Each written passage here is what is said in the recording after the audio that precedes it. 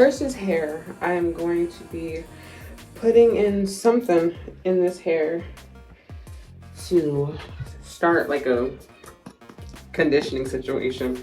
I'm going to be using this Carol's Daughter Cocoa Cream Intense Moisture System Curl Quenching Conditioner for very dry, curly to coily hair. I'm going to be using this as like a conditioner. Ugh. The top is off of it because the top broke inside. Okay.